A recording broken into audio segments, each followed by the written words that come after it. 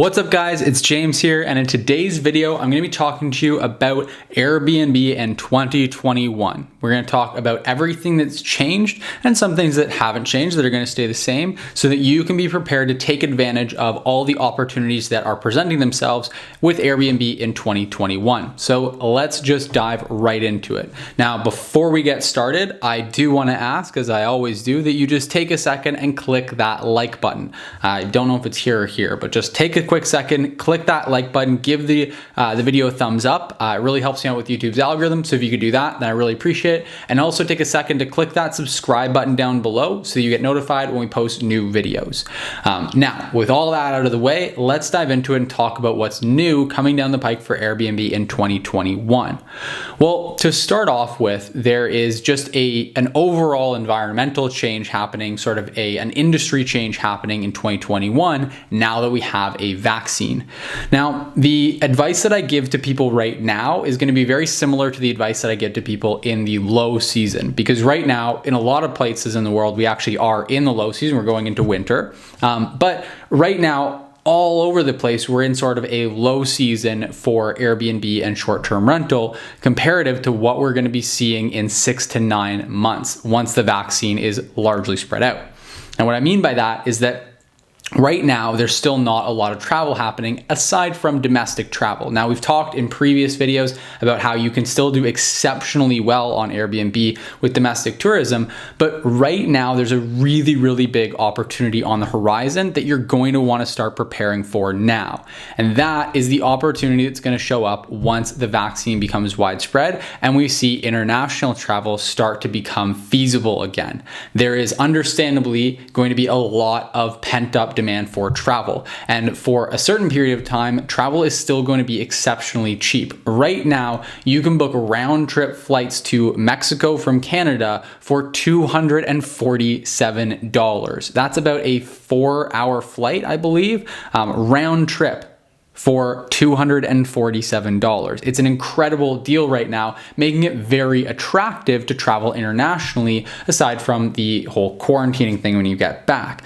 Now, once that starts to get lifted, there's going to be likely a little bit of lag with flight prices rebounding. So you're going to see a huge demand for international travel once it becomes feasible again. Now, obviously, I can't predict the future, but I would be very, very surprised if we don't see a huge bounce back in international travel within 6 to 9, maybe 12 or more months in the future. Now, what does that mean for you? Should you be putting all your eggs in that basket trying to time things perfectly? Well, obviously not. I don't know how much longer this is going to last, and neither does anybody else. But in the low season, like we're in right now, you really want to be making sure that you're getting prepared for the upcoming high season so that when it does hit, you're well positioned to take advantage. Now, success is when opportunity meets preparation. There's opportunity on the horizon, so it's up to you to become prepared. Now, this means a couple different things depending on what boat you're in. If you yourself are hosting a property on Airbnb, it means watching your calendar. If you start to get a large influx of bookings, make sure that you're ready to start increasing your prices. The last thing you want is to have really low prices and get your property overbooked when you could have had a lot more income coming in. The other thing you want to do is make sure that you're ready to optimize your listing for international guests once we start seeing more international guests traveling. If you've been following my advice from previous videos, I know a lot of people have been successfully, you've been optimizing your listing for domestic tourists because that's the type of people that are booking listings right now. But we're going to have to start re-optimizing for international guests once that time comes around. Now, the more exciting side of this opportunity is for anyone looking to get started managing properties on Airbnb or currently managing properties on Airbnb. And the really big opportunity here is to start picking up properties and growing your business. The low season is always a historically great time to do that. It's a little bit counterintuitive. Most people think that they're going to want to pick up properties in the high season and that it doesn't make a lot of sense to grow your business in the low season. And what I've found to be true is the exact opposite of that. You can get the best setups with properties on the low season for a couple of key reasons. Number one, a lot of landlords right now are looking to get their properties filled up and they're having a harder time doing it than normal.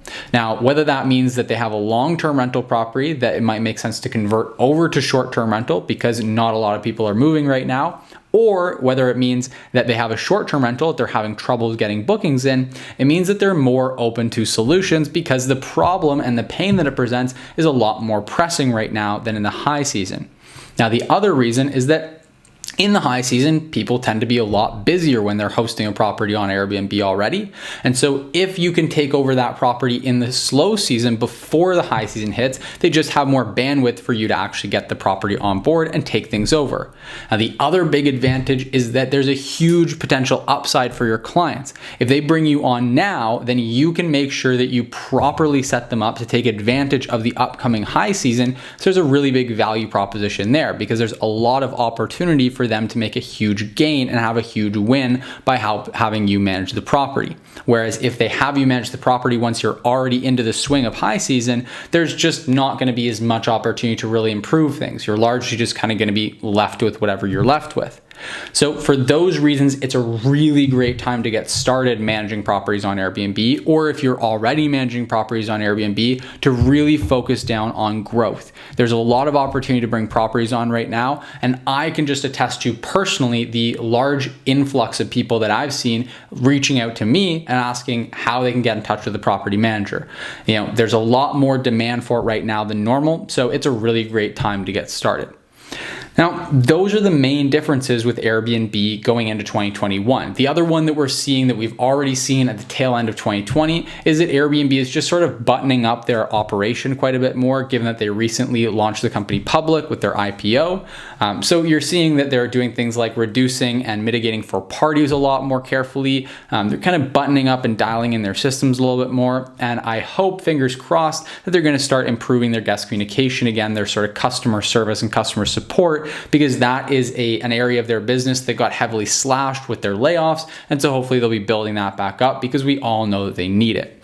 I do expect lately, I'm thinking more and more that Brian Chesky is probably going to step down as CEO. Now, not totally sure about that. Again, I can't predict the future, and it's unclear what's going to come if that does happen. But I think regardless of whether or not he stays in place, we're going to see Airbnb improving a lot on their existing core business this year, as opposed to really focusing on branching out into other ventures like they were in the past. So overall, I think that right now is a really great time to be hosting or managing properties on Airbnb. And I think that over the next 12 months, we're going to see it get a whole lot better. Let me know what you think in the comment section down below, if you agree or disagree with anything that I've shared in this video.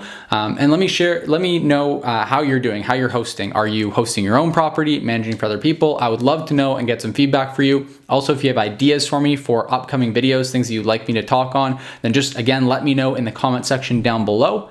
And as always, please hit that subscribe button so you can stay up to date with the channel, and hit that like button. Give this video a quick thumbs up so that it'll help me out with the YouTube algorithm and just show your appreciation for the video. I would really, really appreciate that. Until next time, I will see you in the next video.